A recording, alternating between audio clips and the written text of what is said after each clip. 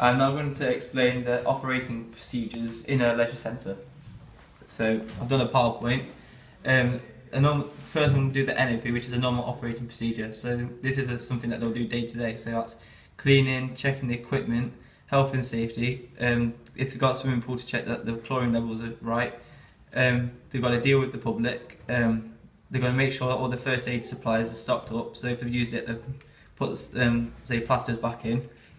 The lifeguard duties and responsibilities are all sorted out, and that they have gone with the Health and Safety Act 1981.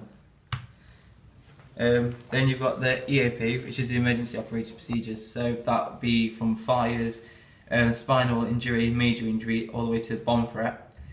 Some procedures that they followed is, say for a fire, they would raise an alarm, or an injury, they would call the emergency services, also with a bomb threat. Also that they've been told not to move casualties with major injuries, and that they have to wait for the specialist help. Also to ensure the rest of the group is properly supervised. They've got to contact the injured person's parent or carer, if there's not someone there with them, and to make sure they fill out the incident form or a record log, and to inform the insurer. So now why do we have the NAP? We have the NAP because this is used as a rota, and it tells everyone what they need to do on a day-to-day basis. So without this, people may miss jobs out and also do jobs that someone else has already done, as they wouldn't have known. Also, there'll be sheeps around the leisure centre. For example, the toilets. If they're cleaning the toilets or the change rooms, there'll be sheet paper on the wall, and they'll have to sign it every time they've done their job, or they've cleaned, or what they've been asked to do. Then we have the EAP. We have the EAP for when there's situations that will not happen on a day-to-day basis, but what can happen is so the staff, for example, the staff, when they've been appointed for the job, they'll be told everything about the EAP and the NAP, and when they get to the EAP, they'll be told a place that they have to go and check, say when there's a fire, and when they go to that place and there's someone there, they'll tell them twice, and if that person doesn't go with them, they'll go back to reception, tell them that they've been to check their place, and tell them about the situation with the person. So now why the EAP and the NAP are important.